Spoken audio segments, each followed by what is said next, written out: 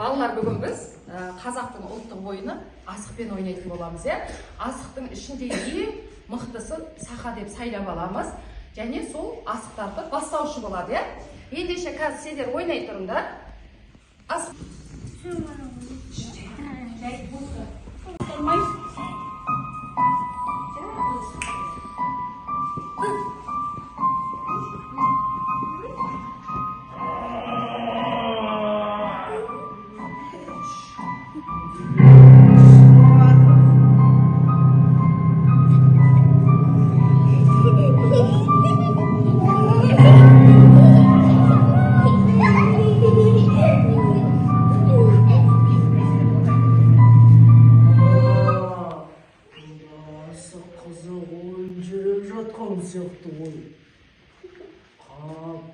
Менде барып ойнасам екен, Қандай тамаша ойындар, Қызықтығанды қарашы.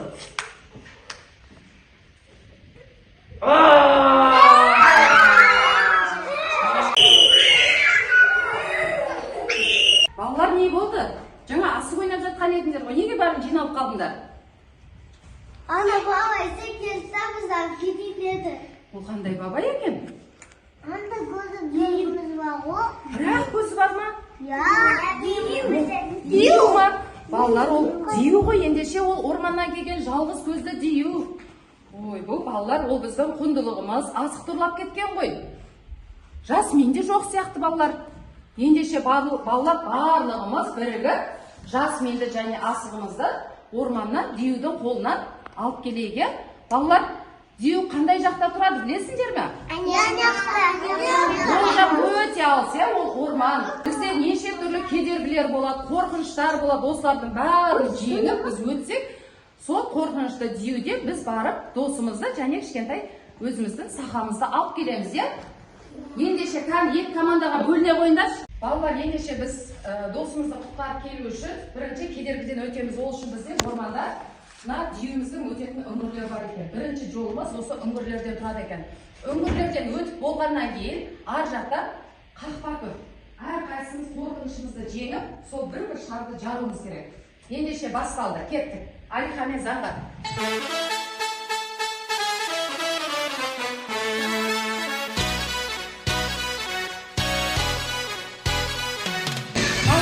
Ол, прямо!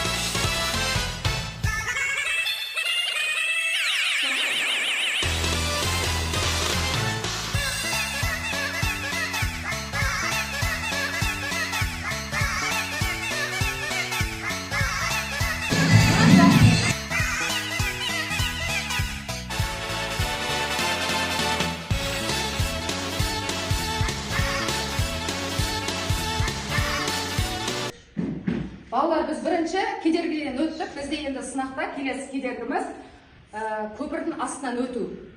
Осы көпірдің астынан көпірімізді құлатып алмай өтіп болғаннан кейін тепшелерді бірінің үстіне бірін қойып жинастырамыз. Түсінікті?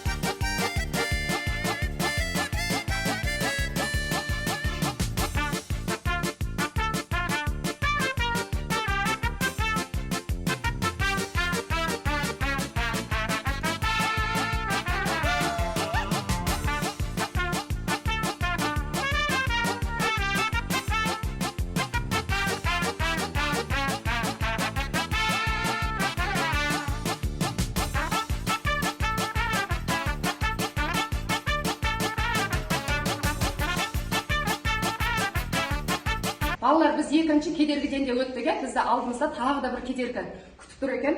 Балалар, ол үшін міне қолымызда бір допты алып аламыз, сөйтеміз да, мына шаршылардың ішіне түсіп, былай өтеміз. Міне.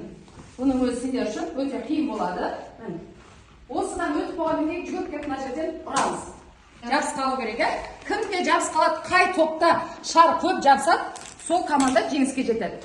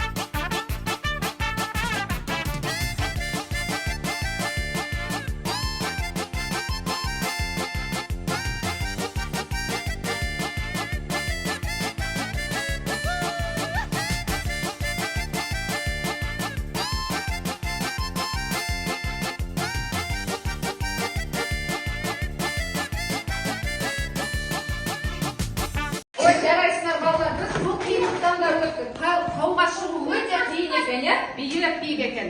Ендеше келесі жүлдеге дайындала берейік. Диюдің мекеніне жақын қалды, кішкене ғана қалды. Енді осы қолтырауындар бар көпірден аман есен өтсек, сол досымызды және сақамызды алып келе алады екенбіз. Ендеше балалар, бұлар өте қауіпті жануарлар, білесіңдер, суда тіршілік ететін өте қауіпті. Сол үшін тепе-теңдікті сақтап, мынаның үстіне шығып, крокодилға құлап қалмай, мынаның үстімен өтеміз. Түсінік бар? Сөйтіп, мына жерге бәріміз жиналамыз.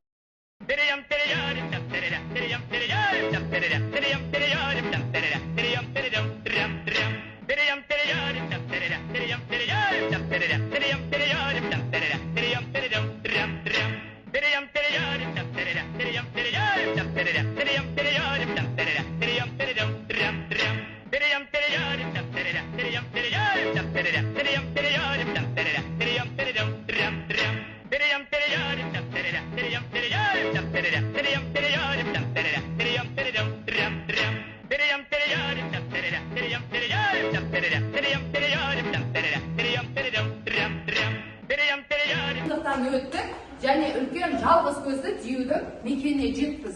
Енді қарайықшы, бізге тағы қандай қауіп қатер төніп тұр. Біз досымызды қалай шығарып аламыз бұл жақтан? Қарайықшы. Қалай шақырсақ болады екен? Қорықпаймыз.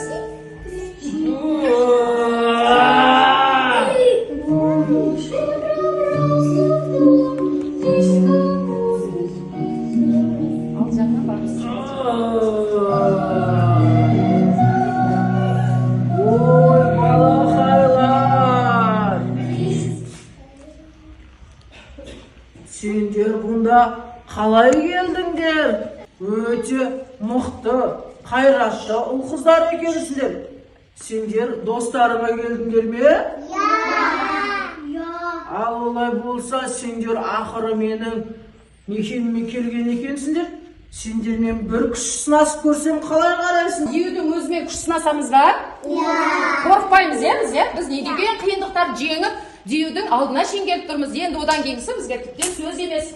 Ал ендеше көрейік. Ойын шарты мына қолымдағы арқанды екі топ болып сендер және мен болып тартысамыз. Егер мен жеңсем, барлығымды осы орманда алып қаламын.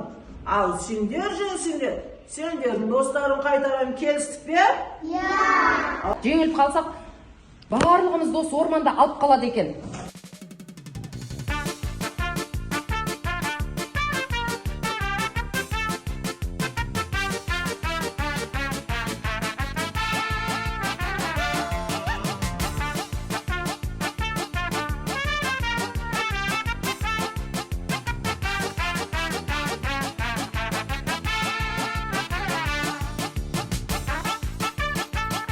Ал сендер жеңіліп қалдыңдар.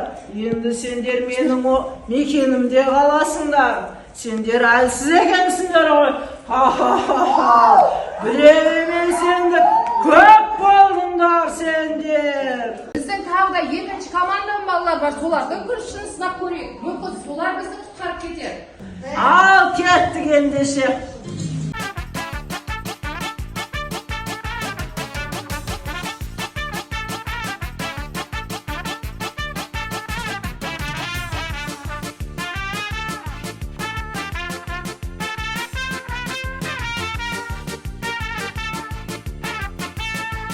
Ой, достарым, қандай мықтысыңдар балақайлар. Мені бұл әлемде ешкім жеңбеген. Сендер қалай жеңіп кеттіңдер? Біз күштіміз ғой. Ой, достар, сендер спортпен айналысып жүргендерің көрінді. Мені бүкіл әлем, бүкіл тіршілік иесі жеңе алмаған. Сендер мықты болыңдар. Ал ендеше уәде. Сендер жеңсеңдер, достарымды қайтарам дедім, дұрыс па? Ал ендеше маған осындай көңіл күй сыйлап, мені жеңгендерің үшін, мені мойындатқандарың үшін менен қорықпайды екенсің. Сол үшін сендерге балдан жасалған тәтті бәліштерім бар. Соны берейін. Қане менің мекеніме қарай келіңдер. Ой, балақай, мына достарым сені құтқару үшін сонау алыс жерден, кедергілерден орманға су тасығанға қарамай, сені достарын қорғау үшін келді. Бара ой балақай достарыңа. Мына асық неткен керемет, маған қатты ұнап қалды. Маған естелікке тастап кетесіңдер ме? Ой, қандай керемет. Ал сендерге бұл саханың орнына тәп-тәтті бәліштер беремін. Келісеміз бе? Рахмет сендерге балақайлар. Олай болса, тәтті бәліштен алыңдар.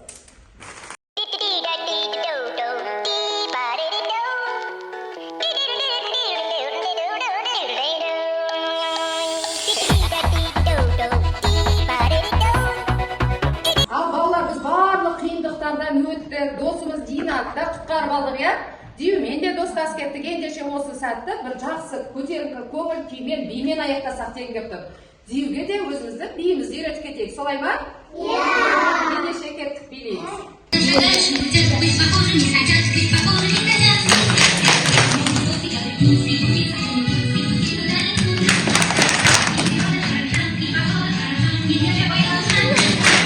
Я бы просто не мог, не удивлен, не мог, а